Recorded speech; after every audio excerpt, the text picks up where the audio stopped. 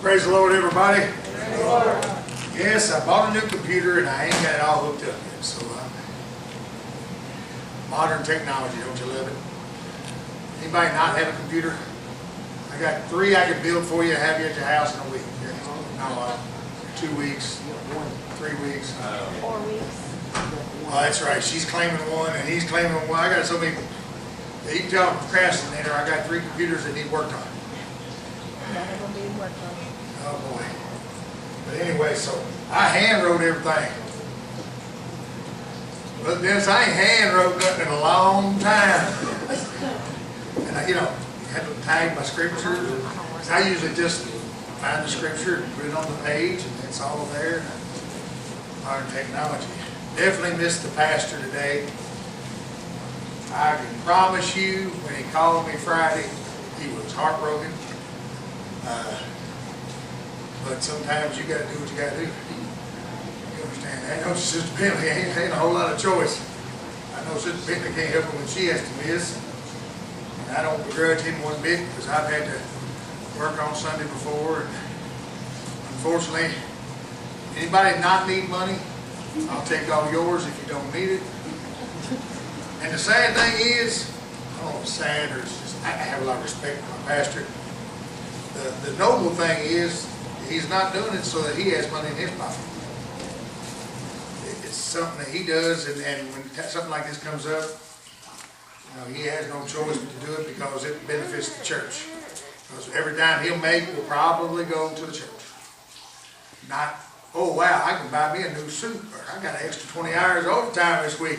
No, it's, hey, we can actually pay that AC bill a week earlier. He truly does live for this church. I ain't gonna lie about that. I have a lot of respect for that. Because I go home at the end of the day. When I leave here today, I'll go home and I got my own worries to worry about. Take care of my rent, my food, my kids, my kids, my kids, and my kids. Grandkids. And the grandkids. And thank you. Yeah. And he comes home and he'll be, what can I do for the church tomorrow? And I had to get something for the church. I got something for the church the other day, and he's like, now I got to do this. Why? Because you ain't outdoing me. I was like, that ain't what I was trying to do, Dave. I just tell you, I'm just trying to help. I'm trying to be more like he is. So, bear with me. Man,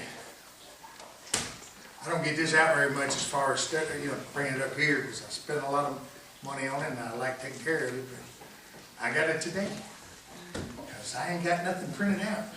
That's scary. You get used to doing things. Yeah, it's scary. Well, you don't have a computer all the time.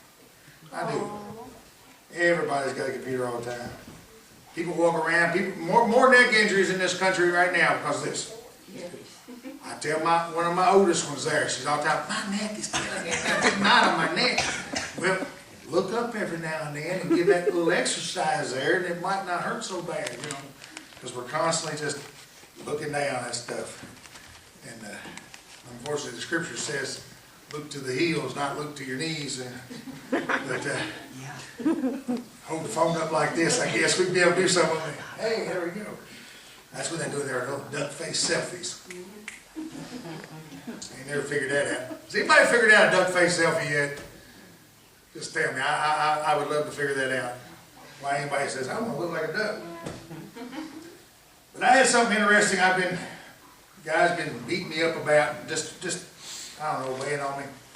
And I've been thinking about it for about a week and a half. And Friday, pastor called and said, man, you need to preach Sunday night. Oh, okay, that's what that's for. All right. So, I do joke a lot. If that offends you, I'm sorry.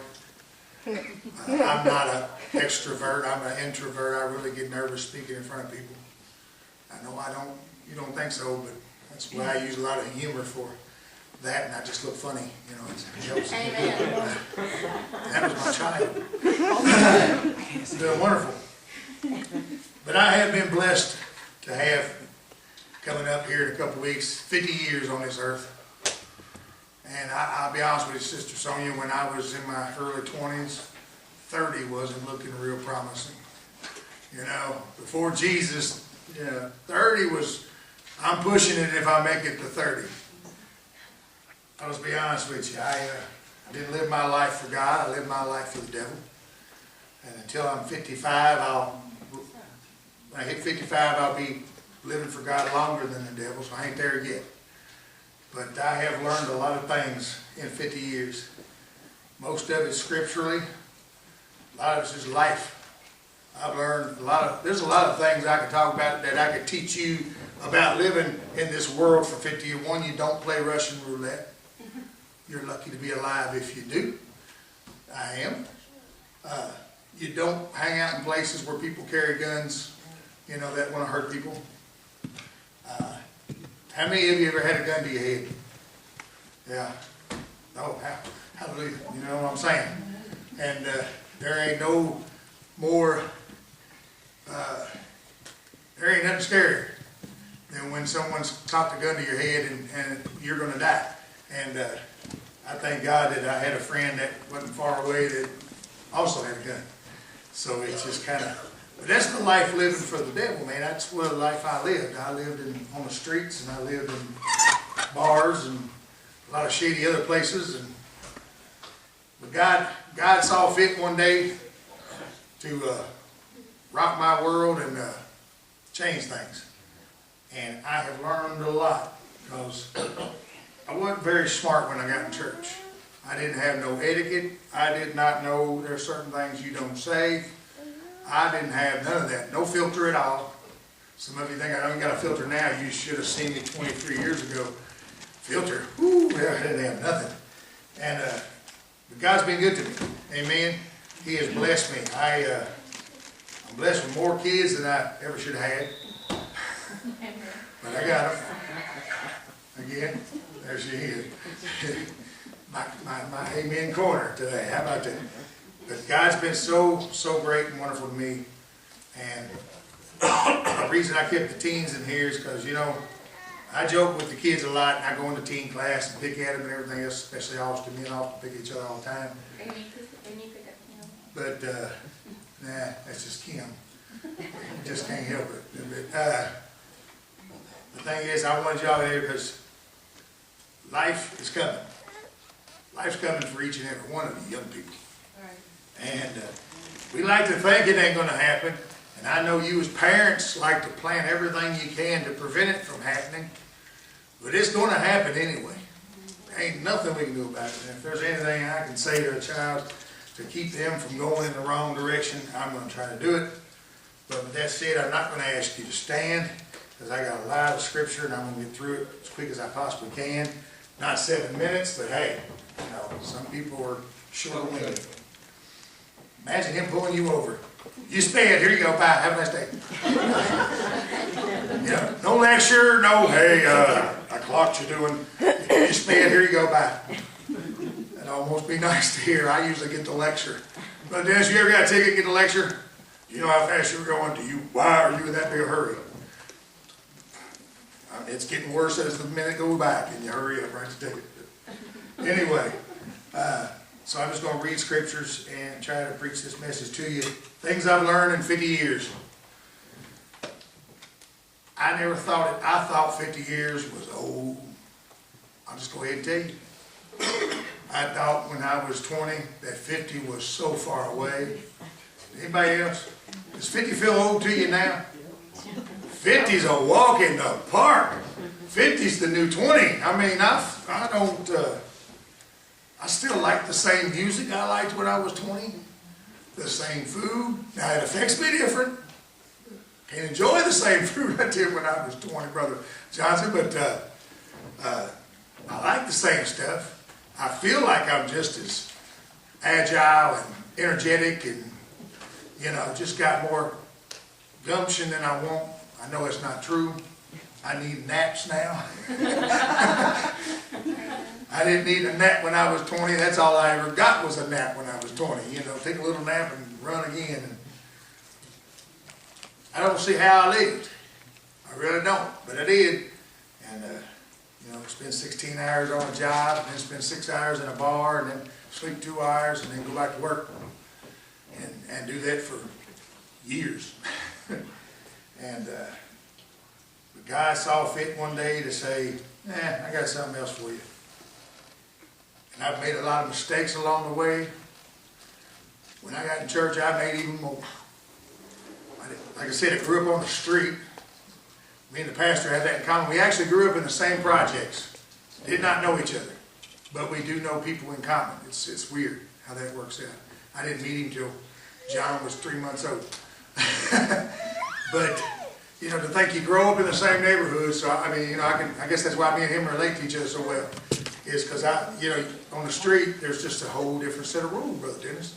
I didn't have, you know, parents that were there. And my mom's not here today, thank God, because I don't want her to go, what? That didn't happen. Take another pill, Mom. Yes, it did. But, you know, I don't want to disrespect her in no way, shape, or form, because God changed her life 20 years ago and made her a better person. And she's actually been blessed to not remember everything that happened when we were young, because she's had the guns to her head too. And she's had a lot of things happen that we got to witness as kids that no child should ever have to witness, but you do. And so that's enough about that. But in Proverbs 12 and 19, and like I said, please forgive me if I'm trying to find everything. I got them numbered. So as I get them, I'm going to lay it out away so I can find the next number. Hallelujah. But Psalms 12 and 19, it says, the lip of truth shall be established forever, but a lying tongue is but for a moment. The first thing I learned in 50 years, and especially when I got in church, was honesty. Honesty is so much more important. I used to be one of the most compulsive liars on the planet. I try to lie my way out of everything. Every time I get pulled over, I was running to an ambulance, or I was going to a funeral, or I was always lying about something. You know, officer, I'm sorry. My throttle stuck. My foot got under the brake pedal. I mean, I come up with every one you can think of. And sometimes it worked, and sometimes it didn't. I actually got to where I could cry on cue just to get out of a ticket if it was a female police officer. A male officer would be like, cry here, little sissy. Here's a ticket for being a sissy. But yeah, I've actually done it. I got witnesses. But, not to be proud of it, but I'm just saying that's the kind of person I was. And when I got in church, I wanted to take that part of me and put it aside. And I tried my best. And don't get me wrong, it's tempting to come up, you know, you oversleep and you want to, hey boss, man, I had a flat tire and the engine blew up and I threw a rod, and, you know, come up with something, but bottom line, hey man, I overslept. Sorry. And it's amazing how much different honesty plays a bigger part in your life than dishonesty. Honesty, you can get Alzheimer's and still know the truth, because you ain't got a bunch of lies to try to remember, you know. That's what I tell people now. I try to be honest and be brutally honest, so that when I get Alzheimer's, if I get Alzheimer's, I don't sit there and talk out of my head a bunch of stuff. People go, when did that happen? You know, it didn't. It's all my make-believe. But honesty has helped me a lot throughout the years. Once I got in church, I found out that I could get pulled up. I'm just using that as an example, not because he's back here, but it's just a fact of life. When I got in church and I drove a truck for a living, I get pulled over, Sister Bentley, you know, and cop be like, hey, where's the fire? I say, Boston. And I really like to get there by 8 a.m. if all possible, you know, be in Pennsylvania or something. And I found that if I was honest, a lot of times, hey man, just keep it down, will you? Gotta keep the gas pedal off a little bit. They let me go. Man, I wish I'd known that a few years back, because that would have been nice. Ain't that right? He's trying to sneak to the drums, you all. He's determined. I'm going to get him. No. Yeah, that's right. It's your fault. Michael, you did it. He got you pegged there. Look at him. Let's see if I can find it now. Lord have mercy. Number 2 is in here. I apologize. Please forgive me. I'm fixing my computer so that I get home. I'll just tell you. Told my wife, I don't even know if I use supper tonight. You know that was a lie, right? I just don't know when, I'm going to tell you. See how easy it is? You slip right in there and tell a lie to a heartbeat. I did it on purpose, though. I'm going to eat supper. I ain't going to lie to you about that. I'm going to eat. Me and Brother Tim sat down the other day and did a couple steaks. I found a brother in the Lord that can keep up with me. Actually, I think he kind of passed me by a few times, but that's all right. Good food's good food, ain't it, brother? So in Proverbs 6, 16 through 19, it says, these 6 things doth the Lord hate, yea, 7 are an abomination unto him, a proud look, a lying tongue, a hands that shed innocent blood, a heart that deviseth wicked imaginations, feet that be swift in running to mischief, a false witness that speaketh lies, and he that soweth discord among the brethren. So, God hates liars. That was another scripture I found when I think the first year of church. Ooh, I don't want to be hated. There's a lot of things I can deal with, God being upset with me, but God hating me, I don't know. That just kind of bothered me. And so, I started learning to tell the truth. Did it cost me? Oh yeah. It cost me. You know, my dear wife, I told her the day we got, the first date, now this is a first date conversation. I'm going to go ahead and tell you right now, I'm brutally honest, please don't ask me if you don't want to know the truth. Don't say, does this top make me look fat? I will tell you if it does. So needless to say, she don't ever ask that question. Just because I do not. She comes and asks her, yeah, she'll lie to her, I won't. And because I just don't want to ever be known as a person that can't be trusted. Trust is a big issue for me, loyalty is a big issue for me. And I like being able to tell the truth and know that, you know what, you can ask me in my sleep. You can ask me if I was intoxicated. You can do whatever you wanted. And the answer is going to be the same because I told the truth in the first place. One of the few things that are pretty eternal is the truth. The truth is what it is. And I just thank God that I learned that lesson.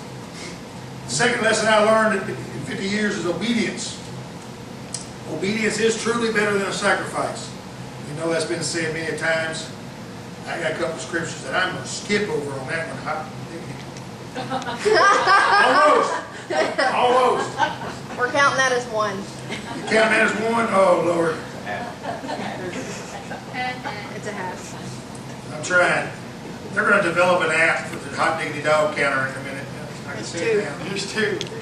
No, I was... Now you still said it. Still said it, Dad. When's the app come out? Tomorrow. You would make $1 million and pay me. Okay. Hallelujah for that. Whitney stays with us, and I let her live there for food. She goes and buys food. She goes to buy food, I'll let her stay all she wants. She wants to feed this old brood. She'll never have a dime to do anything else, so she might as well.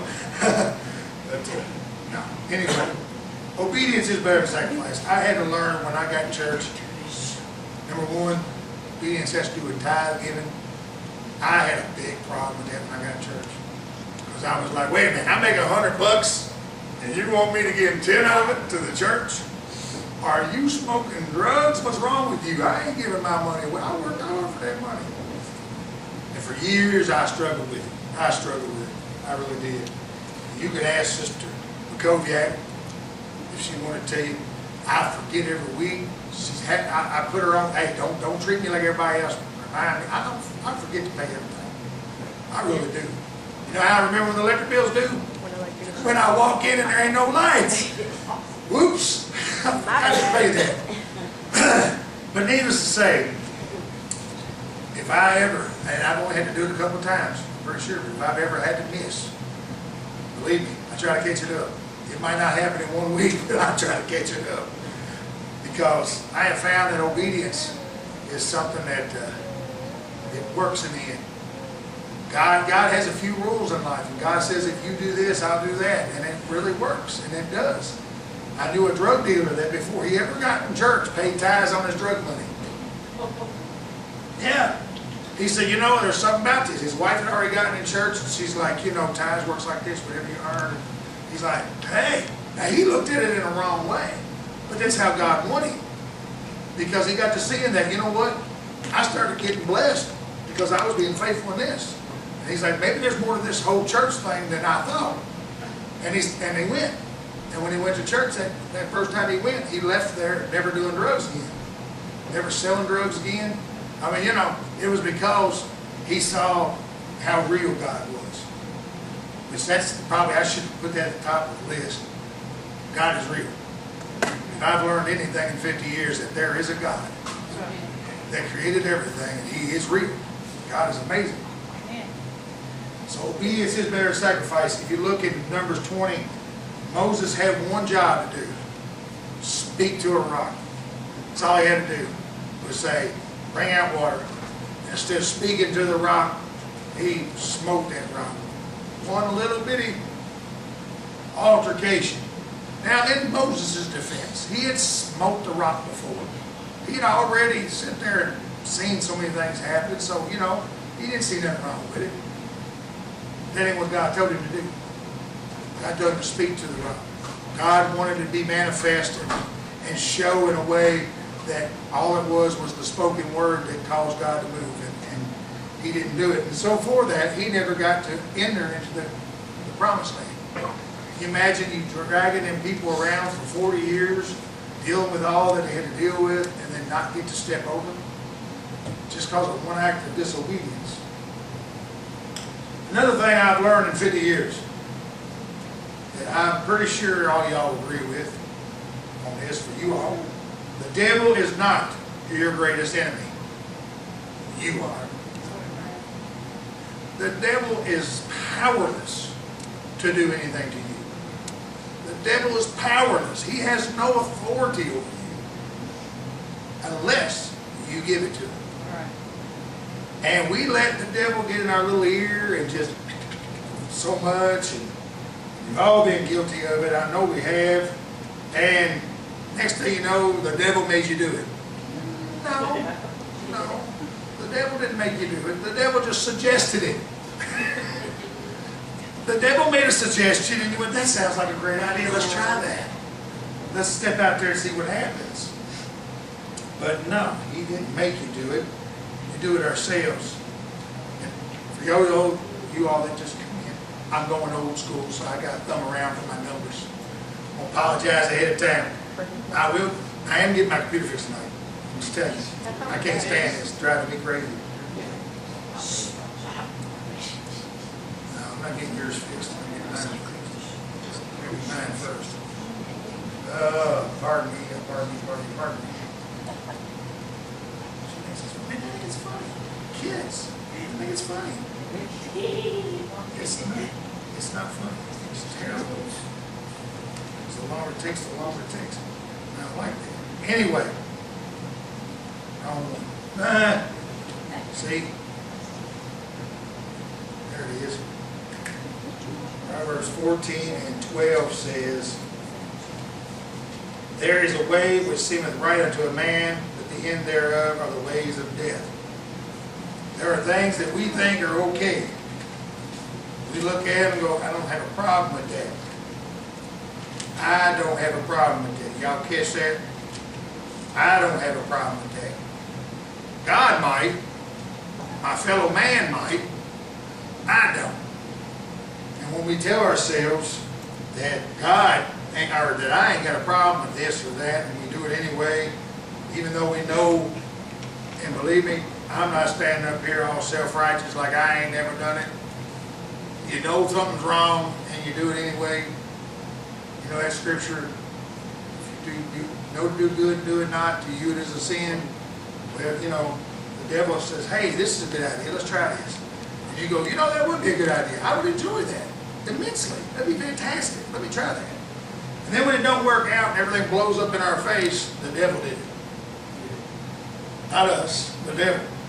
And it's not the devil. Sometimes it's just our old stinking flesh wanting to do things for ourselves.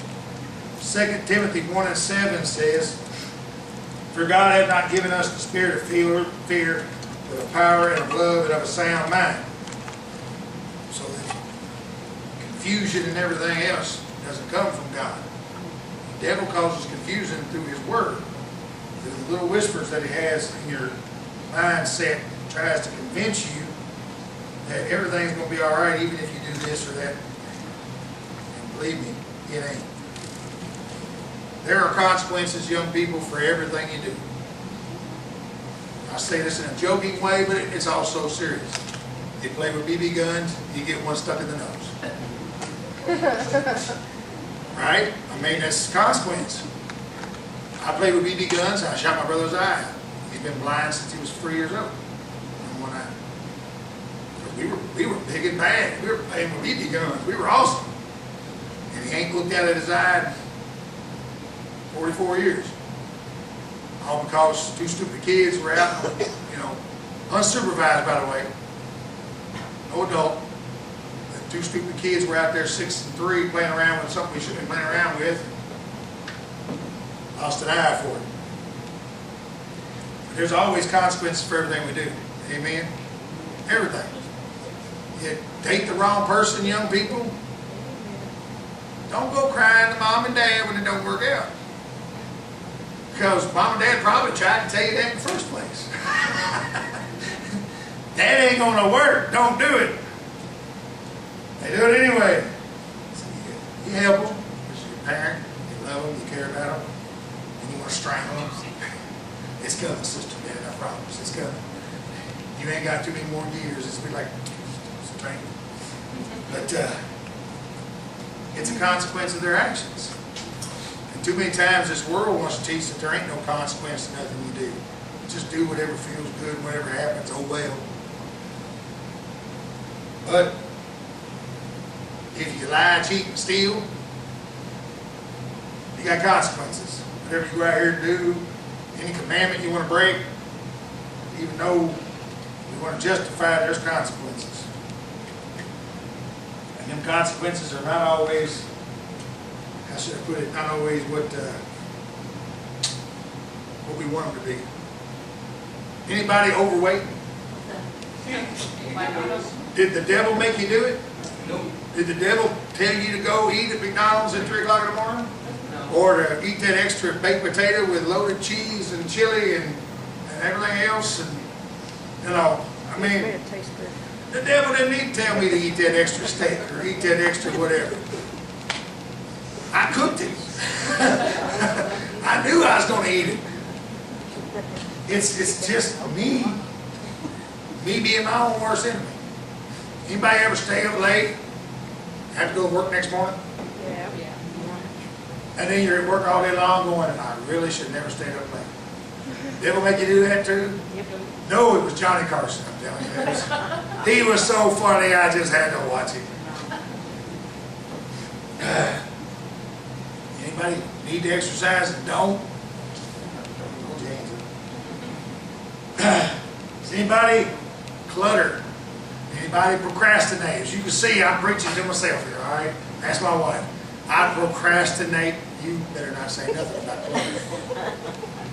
I procrastinate everything. I mean, if they tell me I'm going to die of a heart attack at 5 o'clock p.m. if I don't eat a dead squirrel, I'm eating that sucker at 4:59. I'm telling you, I'm not going to sit there. I'm not doing it. I just can't for some reason. Every test I've ever took, every paper I ever wrote in college, it was always, it's due on Friday, I would start on it Wednesday night. I just ain't going to worry about it. I started my master's thesis on a Friday afternoon. By Monday morning, I was exhausted. I was done. And I'm thinking to myself, how stupid. You had a whole semester. Why wait till the last minute? But the devil didn't make me do it. The devil didn't do it. I did it to myself. Like I said, he can whisper in your ear, and he can tell you a bunch of stuff, but he is the father of lies. So let's just leave it at that. Another thing I learned, you never truly quit working. I don't care if you retire. I don't care. You've always got something you're going to be doing. I think about retiring. Anybody else ever think about retiring? I think about quitting. And, You won't. I'm already planning what I'm going to do when I'm 80. What kind of job I'm going to have. Because I know I'm going to have to work. The disadvantage of having an extended education in this country is I have an extended student loan. I mean, I owe more money for that than I do my house. Actually, I rent, so I guess it is. But the thing is, I'm going to be paying on that for a long, long time. And so, I'm going to be working. And I like to come to church, and that costs gas. I'm going to be working. For all you that are on fixed incomes, I commend each and every one of you. Because I know y'all do so much on so little, and I don't see how it's possible sometimes. I see some of these people on fixed incomes and what they do, and I think, what, how in the world? I get my 40 plus every week, man, I can't get enough overtime. Seems like the more I make, the more I spend. The more I spend, the more I need to make. Pretty soon my budget is like, wait, I don't even make that much a week. How is that working out? But, you know, I'm never going to truly good working. In Colossians 3:23, help me, Jesus. I know. I'm getting down in numbers, though. It's going to start going quicker, I promise you. Everybody said amen. Amen. That wasn't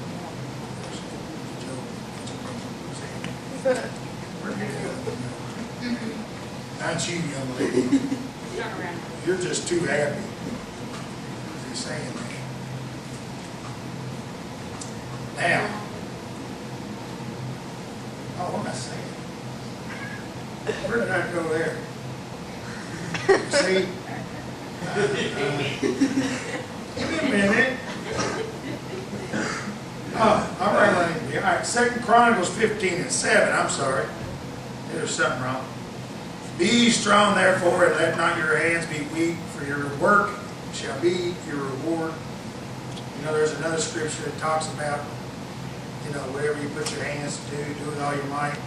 I was telling somebody at work that the other day, I said, you know, I get paid to come in and work 8 hours.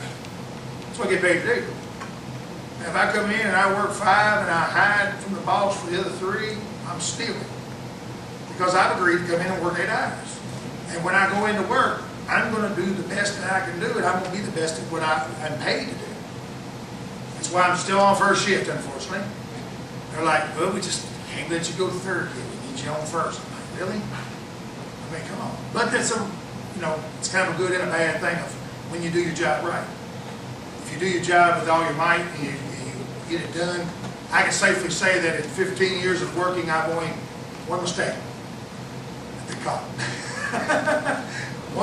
One thing got shipped out that wasn't right. Because I truly believed, and I had to learn it. Because I had a different job every 6 months before I found Jesus. I never held a job, never wanted to hold a job. Because then I get attached to people and all this other stuff, you know. So I moved around a lot. But I've been working the same place for 15 years. And I truly believe that if you do your job with all your might, that's a witness for God. Because people are like, you know what? If you need him to do it, he'll do it. He'll get it done. So I try to be the best I can on that. Does it always work? No. But it's still something I've learned. Ephesians 6:6 says, not with eye service as men pleasers, but as the servants of Christ, doing the will of God from the heart. If you're going to live for God, you're going to work for God indefinitely. Because we're truly going to be working for God until the day we die. If we got this right, we're going to be finding something to do. It's like Sister Harden is our prayer giant. If there's something that needs to be, you know, we need to pray about something, we pray about it. You know, we don't just pray about it. Sister Harden, I really need you to hook me up. She's like the main liner there. And we seek that because here she is, 86, 89. Well, you don't look a day over 84. I'll tell you what. Here she is, 89 years old. And I can promise you, if she has to put up with me to get to church, she's going to get to church. If I have to pick her up, if Dennis and them ain't there, I'm picking her up because I'm driving right by the house. She's going to get to church. And she joked with me the other day. Everybody was like, you ride with him? He drives so fast. Not when I'm in the car, he don't. You skippy on that one. That's one of them places angels don't even tread driving fast with such a man on the car. It's like speed limit, cruise set. If you try to talk to me and you got to lean to hear, you know. I'm not even going to look off the road because I ain't swerving. I mean, I got Sister Memo in the car, you know. Oh, Jesus. I mean, you know, it just ain't going to happen that way. I drive reckless with my kids in the car. I won't drive reckless with Grandma in the car. Oh, Lord, don't let nothing happen. My kids go faster, Daddy, and I do it. Anybody else? No. Daddy, hit 100. Okay. Dad does.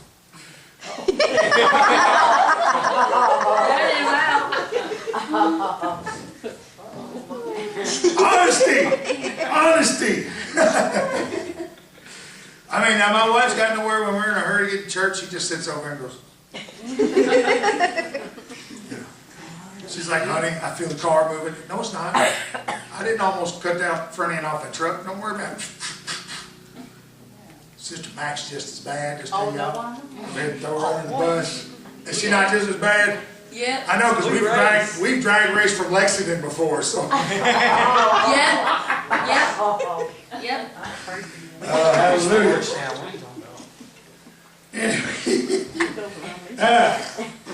I'll tell you another thing I learned from God. And it had to be from God. It sure wasn't me. And I'm going to say something a little personal here, so please forgive me. I had learned that marriage is ordained of God. I didn't always believe that.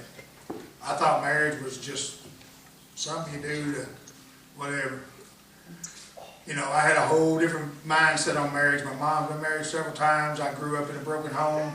Marriage really didn't seem that important to me. It really wasn't nothing to be whatever. It's just so I have someone to help pay the rent. You know? That's what it was. It was not about what it should have been about. But in Ephesians 5:23, it says, for the husband is the head of the wife, even as Christ is the head of the church, and he is the Savior of the body. I'm the head. But the Bible also says that we're supposed to, I probably got that in the next one, we're supposed to love our wives as Christ loved the church. He gave himself a sacrifice for the church because that's what we're supposed to do. Now, my wife's not in here. She does know everything, and I mean everything. My wife is the only person in this world that could have me convicted. And have me, no, I'm not being funny. I'm saying that's the only person I've ever trusted in my whole life. Because she knows things about me that would put me in prison for the rest of my life. And that is what marriage is about. Right. Marriage is about when two people are to love each other to the point to where one is for the other. Now, am I always nice to her? No. Sometimes I'm a big jerk. None of y'all say amen. Amen. Especially me. Amen. My wife right now, I'll just tell you, she's the only person I've ever been faithful to. And she's not my first wife. She's not my second wife. She's my fourth. Most people know that. My brother calls her Quattro. Gary. My brother calls her Quattro. But she's the only one I've ever been faithful to. And it's, don't get me wrong, this world's full of temptation. This world's full of all sorts of ideas. But I found someone, I told her one day, as a matter of fact, I told her this morning on the way here, I said, you know, God realized that you just mean and stubborn enough, and I'm just mean and stubborn enough, that we needed each other to keep each other in check. Because I'll be the first to admit, sometimes I'm harsh, rude, mean, hateful. If you say you ain't, you're lying. And sometimes she's closed-minded, harsh, rude, mean, and hateful. And I'm one of the few people, you can ask the kids, I'm one of the few people who will stand right to her face and say, you need to hush, you need to sit down, you need to quit talking. And she's one of the only person on this planet that's ever got in my face and said, you need to hush, you need to sit down, you need to quit talking. Because sometimes I get a little out of line. And she ain't afraid. She trusts me enough to know, but she ain't afraid to look me dead in the eye and say, you're out of line, you need to sit down. And I love her enough to say, I need to sit down. Number one, anybody crazy enough when they're 5 feet tall to get in my face is probably not someone you want to mess with anyway. But I realize where we both came from. And we've come a long way. And I gotta love her like Christ loved the church. Christ loved the church enough to take ridicule. Christ loved the church enough to be talked about. Christ loved the church enough to be beat. You know, whatever it took to stand in for the church, that's what Christ was willing to do, and that's what I gotta do for my wife. And I try to, not always, I ain't gonna lie. But I try to, because I will honestly say she's the greatest blessing God's ever gave me. She really is. Because no one else has ever been that kind of friend to me. The things we've talked about, the things we've shared, the things we know about each other, I ain't never been able to do it with anybody. And that to me is just God's sin in itself. So that's another thing I've learned in 50 years. I gotta be quick here. No, don't throw them away. Another thing I learned, living for God is not just Wednesday and Sunday. We're called to be witnesses to everyone among us at all times. I used to think that going to church was just part of it. It's just something you have to do. Amen? That's what that's how I feel. I go to church on Wednesdays and Sundays because that way I look like a good little Christian and nobody will say nothing to me. Because I'm at church on Sunday, I put my money in the offering plate, I wore my shirt and tie, and I'm good. I'm ready to go to heaven because I showed up today. I had to learn a long time ago that it's more than that. People on the job need to know that you go to church. Your next door neighbor needs to know you go to church. You know, the people at the grocery store need to know that you go to church. Not because that you go and say, hey, I go to church. Just because of the way you behave and the way you talk and the way you act. I have a rule in my house. I don't care what's going on in my house. Keep it inside. That's right. That air and dirty laundry stuff makes me sick. People want to get on Facebook, talk about blah, blah, blah. Shut up. I don't care what's happening with you and your spouse. Don't put it on Facebook. I don't care, ladies, when Aunt Flo come to visit. Leave it off Facebook. I don't care what you're having for dinner.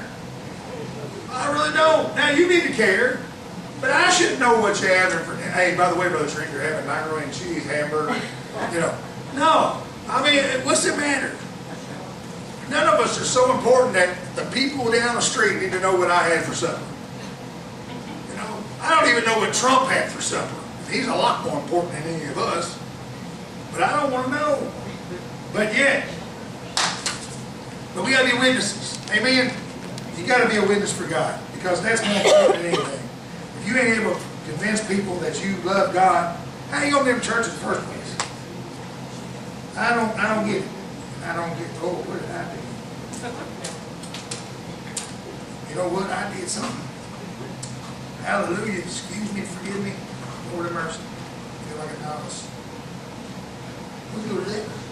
Hebrews 10:25 says, not forsaking the assembling of ourselves together as the manner of some is, but exhorting one another, and so much the more as ye see the day approaching. Now, am I small-minded enough to believe that that means going to church? No. Because there was no church then. You went to the synagogue once a week. They're talking about everyday life. You assembled yourselves with like-minded people all the time. They met for Bible study. They met to sit there and talk about Scripture. They met to sit there and lift each other up. You hang around people that love God, you're going to love God. You hang around people that want to act a fool, you're going to act a fool. It's that simple. Piece of cake, ain't it? You act a fool if you hang around that. I mean, that's just if I go to a club every night, I'm going to be a clubber. I'm not going to be a preacher. It just wouldn't happen. Now, am I saying you're going to hell because you went? That's between you and Jesus. I'm saying if I hang around a place and hang around the same group of people all the time, that's the kind of person I'm going to be. I can't be both. Another thing I learned, prayer and fasting really does work. I can tell you, not my experience, not me. I do. God's really been working on me a lot lately. I've been telling my wife, we got to pray more, we got to fast more. Look at the world we're living in. Children ain't safe walking down the street. Would anybody like to take a 4-year-old and let them walk down the end of the road? Anybody? By themselves? No. there is no way. Believe me, she had a little talk with the 5-year-old yesterday, because she thought she's big enough to walk outside by herself. And I live in a decent neighborhood. I'm starting, you ain't going outside by yourself. That ain't happening. I mean, no. This world is so corrupt and so messed up. But by praying and fasting, we would have a whole lot less trouble. My big thing, I've gained a lot of weight since my injury last year. I had dropped a bunch of it, man. I felt good. The doctor told me as long as I don't gain my weight back, I probably won't get a hernia. I gained my weight back, I got a hernia. Wow, go figure. And so I've been telling myself, am I living to eat or eating to live? There is a difference. You eat what you need to eat to survive, but you live to eat when you just eat because it tastes good or it feels good, or, oh, wait a minute, I don't need 3 tacos, I need 7. Amen. And then when I can't get up out of the chair after I've ate myself to death, and I go, well, I'll get on that later. I'm just going to sit here for a minute, and I'm going to, I need to, I'm miserable. And I do that to myself. And I realize that I've seen things in my life that are miraculous because I prayed and I fasted. Jesus said, you know, some of the things that the disciples did when they would go out, they come back when we couldn't do it. This kind happens when you pray and fast. Oh, you could have told us that before me. Prayer and fasting really does work. Another thing I learned, everybody say, he's got just 2 more things to talk about. God is a healer. Amen. I know we've lost loved ones in this church. I lost a nephew. We've lost people we care about. And I can still tell you to this day, God is a healer. Amen. I don't know why we lose people. I don't. But I know for a fact God is a healer. Amen? He's a healer. Sometimes it hurts. Sometimes it's confusing, but he's still a healer. In Exodus 15 and 26, it says, and said, if thou wilt diligently hearken to the voice of the Lord thy God, and wilt do that which is right in his sight, and will give ear to his commandments, and keep all his statutes, I will put none of these diseases upon thee, which I have brought upon the Egyptians, for I am the Lord that healeth thee. And then Psalms 23 and 25 says, no, Exodus 23 and 25, sorry. And ye shall serve the Lord your God, and ye shall bless thy bread and thy water, and I will take sickness away from the midst of thee. I remember when my nephew first died, and at first my brother's not in church no more, nothing. And he was like, I ain't never going to forgive God for this. Like, God didn't do this. And then later on, once he calmed down, and then the grief kind of, and he told me one day, he said, I realize I can't be mad at nobody but myself. I'm the one that gives my kids food that's loaded in preservatives, stuff that, don't rot. I put all this stuff, allowed him to put all this stuff in his body that sits there, and we all do it. We all consume stuff that's going to kill us. And then we're going to get, upset with God because it killed us. I mean, it's just, I don't know why things happen, but I do know that God is a healer, and I know people have been healed in this church. I know I've been healed. I mean, I don't care what anybody says. I was in a wheelchair and didn't walk, now I'm walking, so, it wasn't no medicine that did it. Gideon's beret, or Gideon's beret, or however you want to pronounce it. I'm not the only one probably hardly anybody even knows anybody that's ever had it. It's so rare and so weird and so disgusting, and it was killing me. I was looking at maybe a week to live, and that's back in '98. And all it took was I had a preacher obey the word, take a bottle of oil, come into the hospital, anoint me, pray for me, left. 6 days later, I left, walking on my own, I was told. And I'm sure you see this, I probably have to walk with assistance, and I'll probably never walk right again, and I'll probably never, I don't walk right now because my hip knee's replaced, and I'm just getting old. But God's a healer, and I'll never believe otherwise, because my nephew, even though he died from cancer, there were times when we would pray for him, and everything would stop. All the medicine would have to stop. Everything would stop because he'd be okay for a while. And why it happened, I don't know. I know after it happened, after he passed away, his mom and dad got divorced. And they went through a whole lot of stuff. And I thank God he wasn't around to see it. You know, but that's just as me. Psalms 30:2 says, can you quote it, Drew? I'm just kidding. Oh, Lord my God, I cried unto thee, and thou hast healed me. Because that's what he does. He is a healer. Not just not just physically. He'll heal you spiritually. He'll heal you emotionally. Some of us have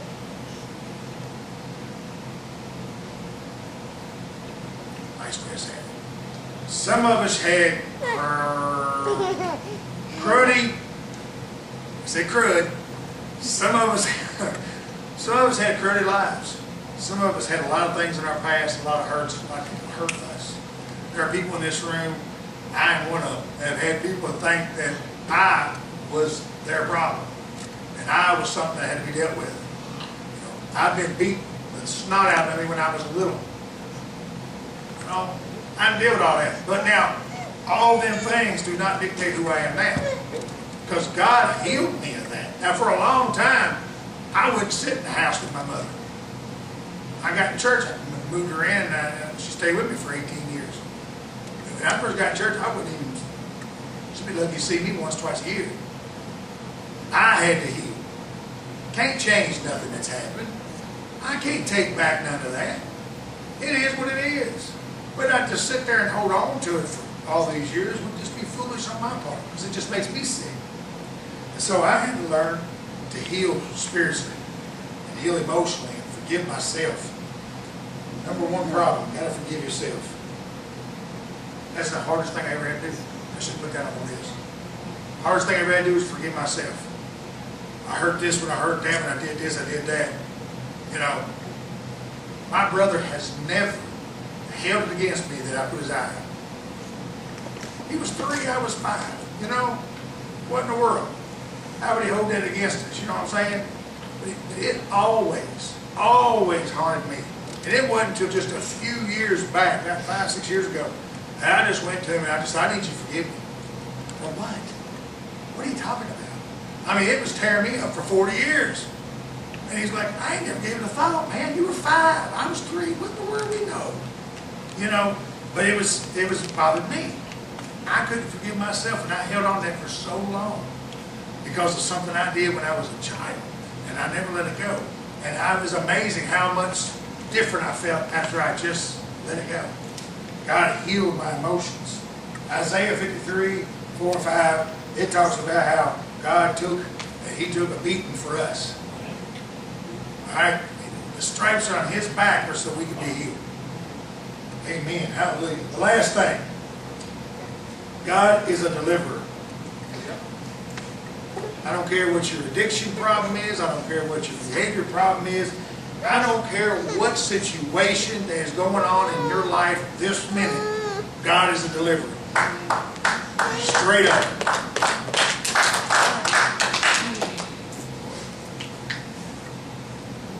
You do not have to stay in the rut that you're in your life. You choose to stay in the rut that you're in. You choose to sit. I got some friends that run AA down there where I'm from, and we get into little discussions all the time because, you know, their belief is once you're an alcoholic, you're always an alcoholic. You ain't never going to be able to touch a drop of booze, or you'll just go right back to it and you'll be a drunk again, and this, that, and the other, drugs, and oh gosh, don't you dare stay away from it, it's deadly. There ain't nothing about alcohol deadly. It's the one that's consuming it to the point to where they're killing themselves. That's the mindset that's deadly, not the booze itself. We could say that about Tylenol. Too much Tylenol will kill you, right? Too much anything will kill you. You can take 200 Tylenol, you die. Go ahead and try and see. I mean, it's going to eat you up.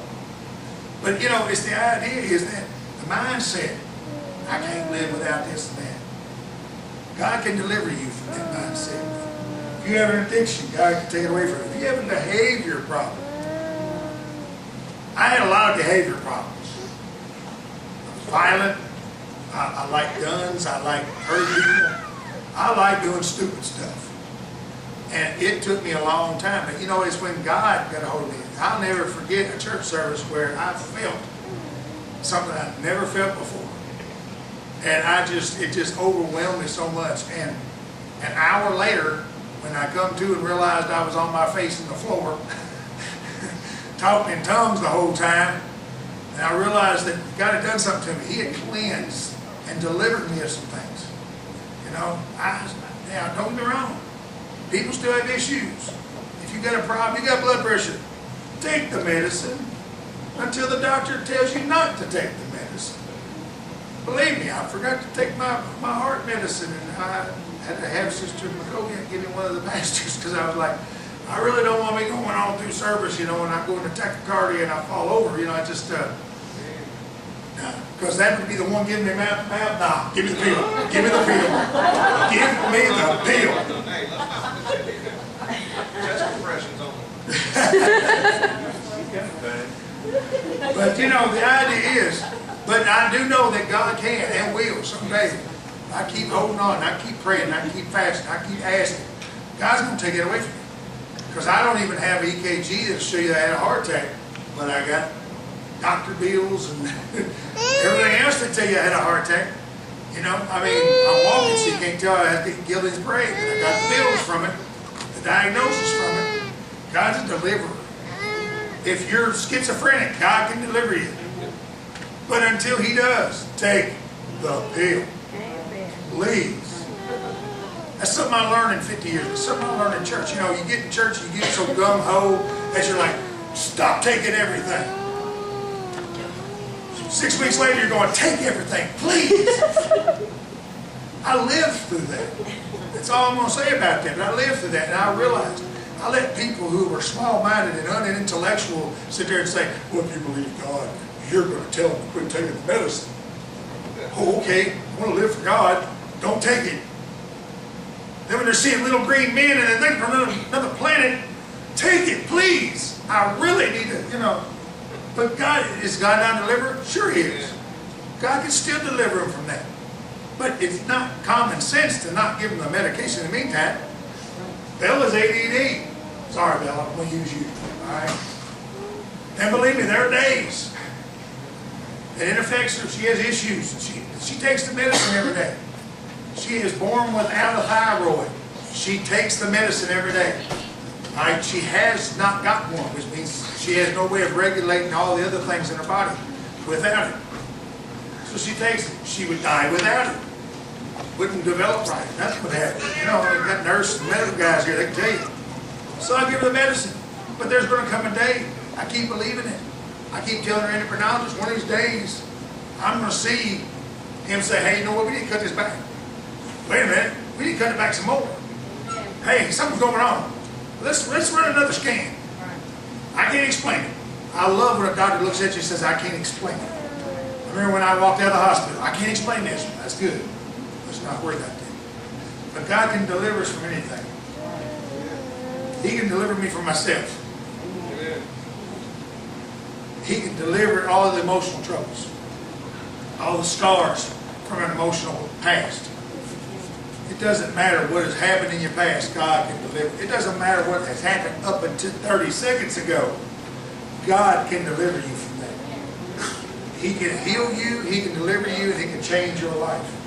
We do not have to stay bound by the things that we stay bound by.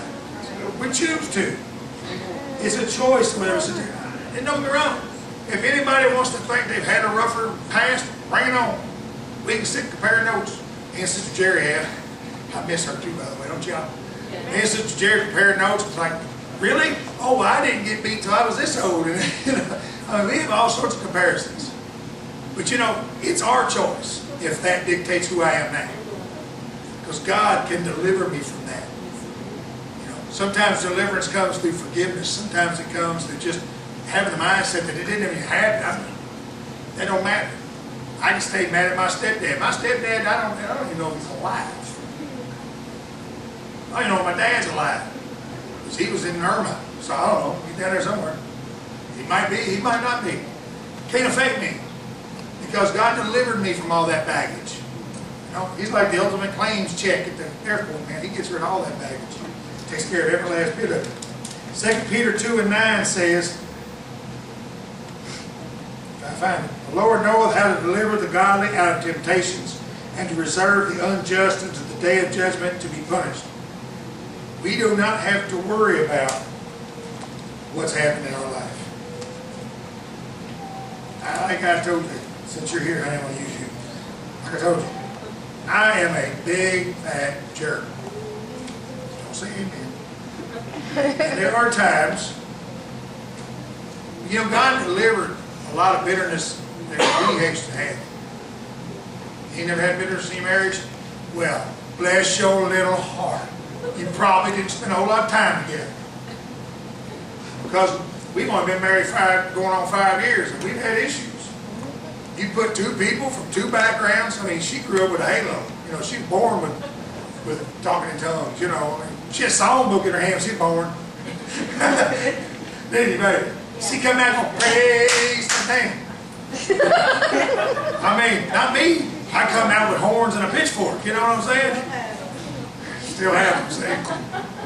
But God found a way to deliver us to a lot of things. I'll be honest with you. A few years back, I'd be trained. A few years back, we was ready to call quits. We was ready. I was done. She was done. She's so tired of me, it wasn't funny. I'm going to be real honest because I don't know why, just when I need to. She's ready to go. She grew up different than I did. I grew up different than she did. We had different viewpoints on a lot of things. And we were ready to call quits. And I'll tell you, I went to the pastor. We're done. We're done. We're done. But you know what we did? We went to the pastor. We sought counsel. Don't seek counseling, it ain't never going to work. We sought counseling, and we sat in this church, and we bawled, we cried, we boo-hooed, we prayed, and we got through it, we got through it, we got through it.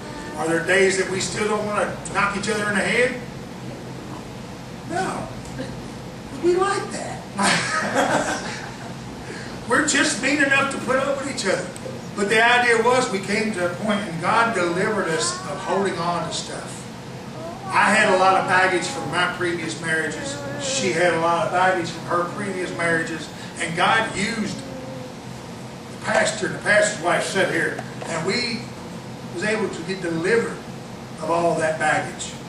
Because if you have baggage, then when a person says something to you, it ain't that person talking to you. It's that person plus everything that happened to you talking to you. So then, that person ain't the problem. What happened to you 5 years ago was the problem, and you're sitting there and that emotion's still there, and when they say something that takes you back to that place, all that emotion is piled on you, and that's how you respond. And that's what I was doing. And God had to deliver me of that. Because I wanted to go to heaven. And I found my helpmate. I found the one I wanted to die beside. You know? She thinks it's going to be sooner than later. She's hoping. But yeah, you know, that's all right. I still found the one that I plan on taking my last breath being married to. And, you know, it's an amazing thing that God can do. And God can take two people so different. Huh? He's mean. You said you would like to take your last breath.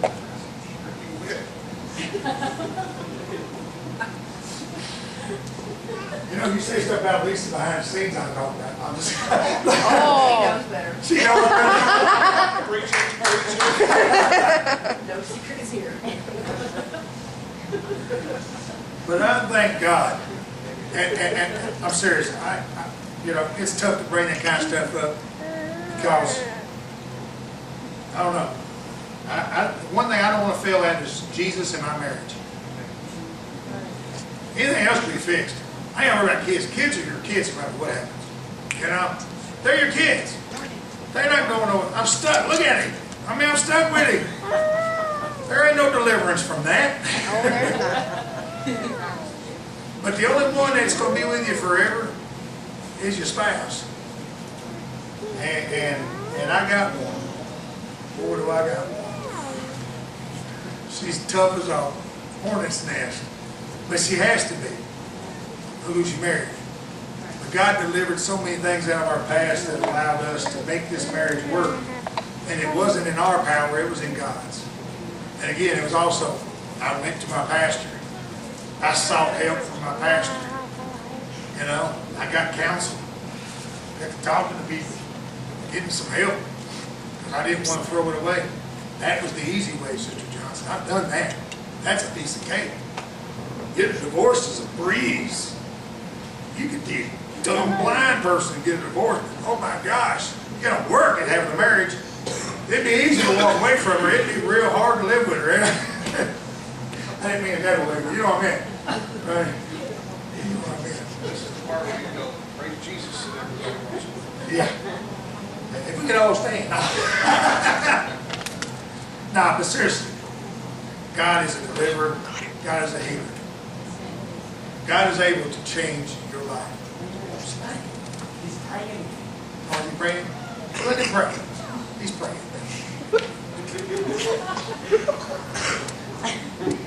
No, will you dismiss us in prayer?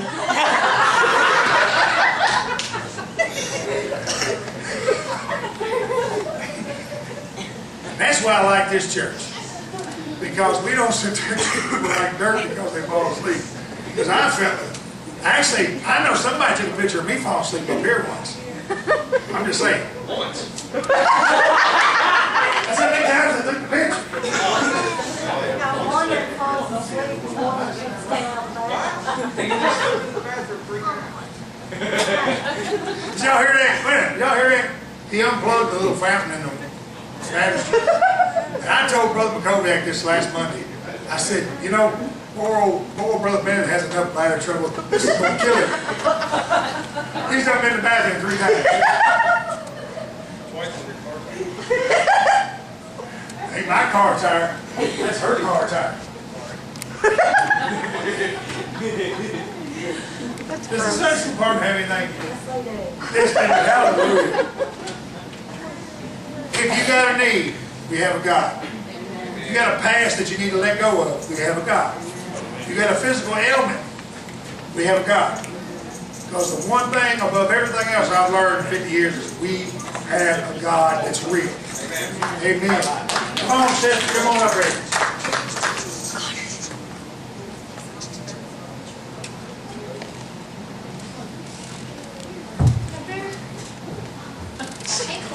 You don't want to come up here? Well, we can answer the questions like you did in Sunday school? What? We have been talking about Noah and the ark for the last 5 weeks. And I'm telling you, these kids, they do listen. Now today, since his printer is not working, I had downloaded a little movie for kids their age, and it was like a 22-minute movie, and they watched it. I mean, they were just like... And then afterwards, we asked questions. So, now Noah just said it, but who did God tell build the ark? Just said it. He's got a baby in his nose now. Noah, that's right. Okay? How many animals did Noah take of each one? 10. Good job. Did Noah's family go with him on the ark? Yes. Okay. After it rained 40 days and 40 nights, and Noah sent out what first? And you answered that in class. What did he send out first? Do y'all remember? You're not going to tell him? He sent out a raven. And it came back with nothing. But then, what did he send out? Lainey, you got it in your hand. What is it? Dove. And what did Dove come back with? It looks like a stick to you. Okay, and then today, because, I didn't have anything for him to do that I could print out. So I have a coloring book in the back of Noah and the ark. So I had Sister Whitney come over and help me. I cut out little pictures out of the coloring book, and then I glued them on some hard paper and sticks. So this is our little puppet. Show me your little puppet. Can you show them yours?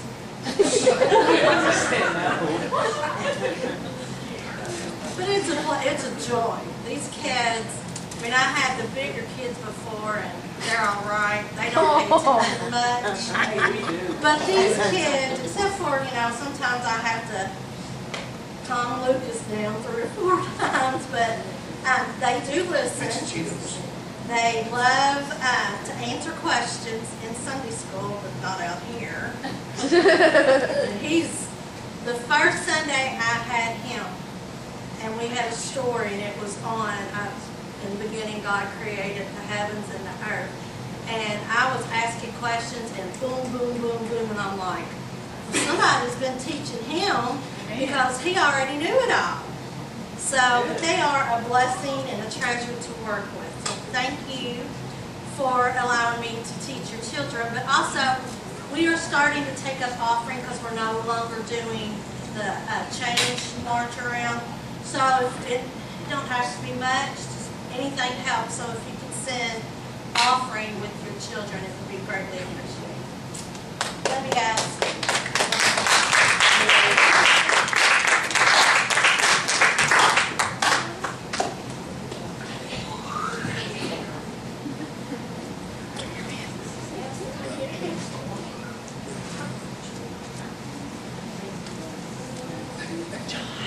Love it. Just look. You gotta look. No. Look. What you gotta be smart about what you do. When you close your eyes, if somebody says something, you don't let me go amen. Or wear shades. Yeah, or just wear glasses. Go ahead. So today we're on week 38, so I'll be around. Don't dig deep.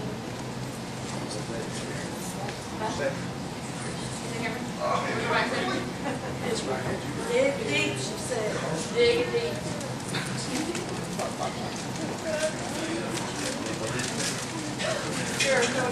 Let's just go dig it.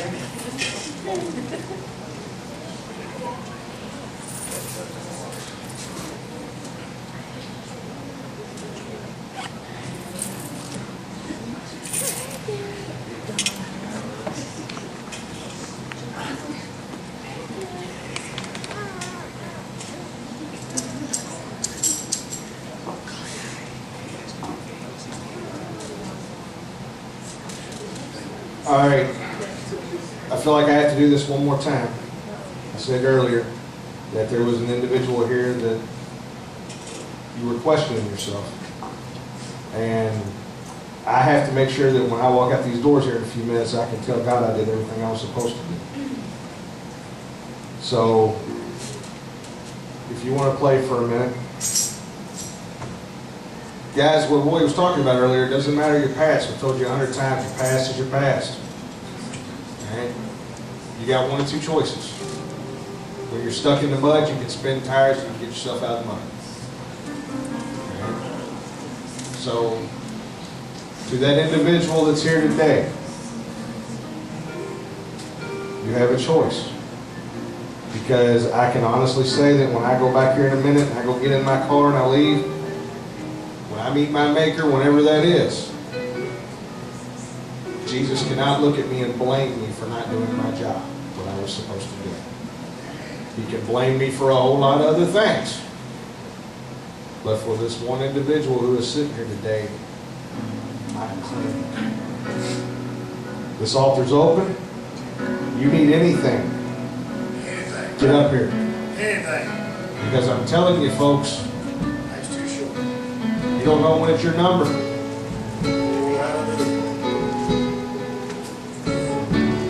Roy. Guys, I'm telling you.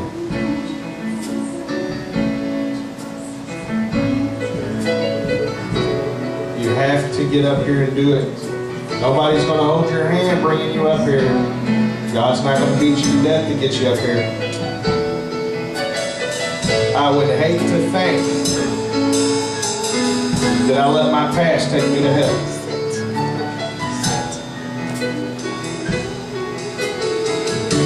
There's nothing that you can't be forgiven for. Trust me. I've been there and done every bit of that.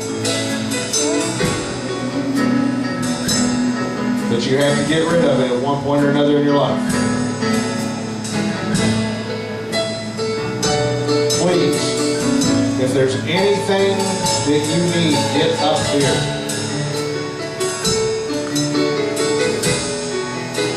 Next, some of the ladies come up here. I feel it would be appropriate.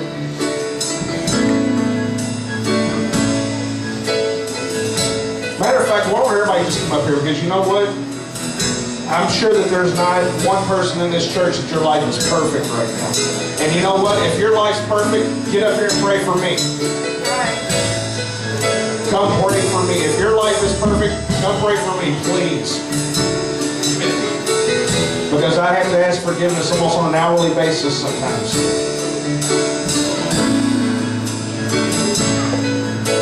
Pray for each other, pray for yourself, pray for our world. Most important, pray for the families of this church. The devil is coming against the families today like nobody's business. Because if he can destroy families, then he's got the church.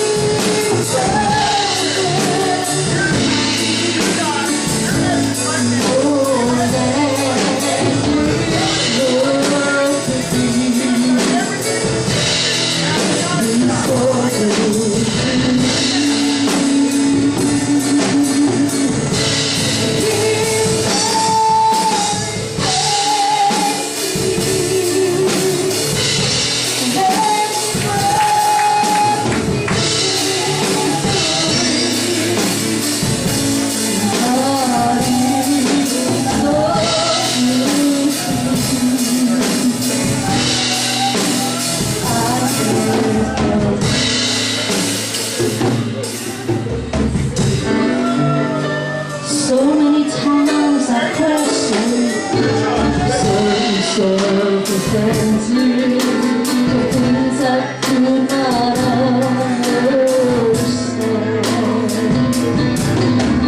Many times I tried to read this word of vision. My frustration gets so out of hand.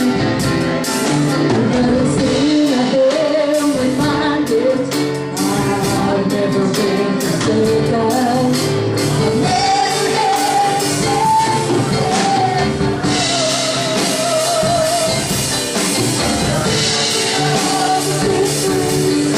But fear rises up in me. It's too far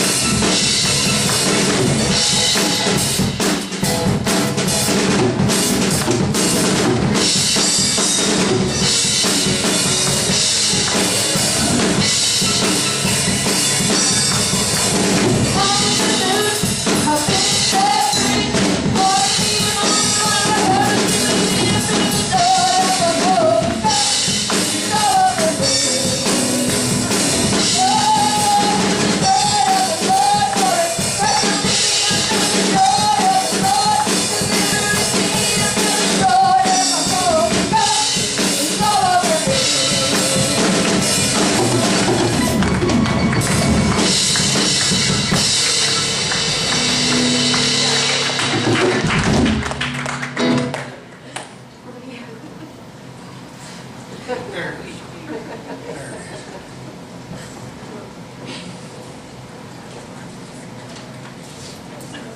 She starts a giggling spirit, somebody get a camera. All right, that's all I'm saying.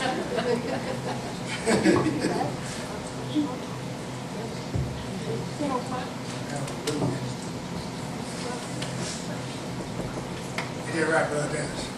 Get a laughing spirit going when somebody grab film. We got. Hallelujah. I saw a lady do that for an hour and a half. Woo-wee. Wear me out watching it. Man, I must have stitched or something. Here it goes. There'll be a snorkel any minute now. That's when you know all is right in the universe when Sister Lori snorkels. Snorts, whatever we call it. Snorts. Snorts, immediately baptized. That's true. That's true. Okay, I'll get it right here. All righty. Have an announcement. Announcement. Uh-oh. The store's coming up this, Go to the microphone. the store is coming up this Saturday, and I still haven't had anybody come to me for singing. So by Wednesday, if I don't have anybody, because I've contacted several people, they have not got back with me. So by Wednesday, if I don't have any singers on the list, I'm going to cancel the soar. And I hate to do that because it's so much fun, so much fellowship. But, if we don't have singers, why do we? Because I know you don't want to hear me sing 15 songs and my voice wouldn't let me anyways. So I need to know by Wednesday if anybody is going to sing. If not, I'm even going to contact my people again. But if I don't hear anything back by Wednesday, then I'm going to talk to Sister Mike about it and we're just going to cancel it. Because, if we don't have any singing, why put out the money for food? Why waste electricity and air and stuff like that? So just let me know if you can sing or not. And Wednesday, we'll know whether or not we're going to have soul. And it is the last one scheduled for the year, so. Yeah, kind of hard to schedule in on Thanksgiving and on Christmas. Yes, hallelujah. Good. Jonathan, you already got competition. How about that? Well, today you're scared, ain't you? Come to Nana's house. I done told him. You got rain down in our house, so plays drums. He's got a drum set. Ain't that right? Like that. He got a drum set. It's at the smaller. Hallelujah. Everybody, all I'm going to say before we dismiss is if you need something from God and you don't get something from God, the only person you can blame is yourself. Because you're the only one that can do it. I can't have her pray for me, so. Anyway, that said, all hearts are clear. If we can stand. How are we going to dismiss without just Jerry here? Oh. Can everyone be in prayer for Whitney Wednesday? She takes her test for her certification, and she's really nervous about it. We already know she's certified. It's okay. So please keep her in your prayer on Wednesday. Y'all can do that. She is trying to make a future. Hallelujah.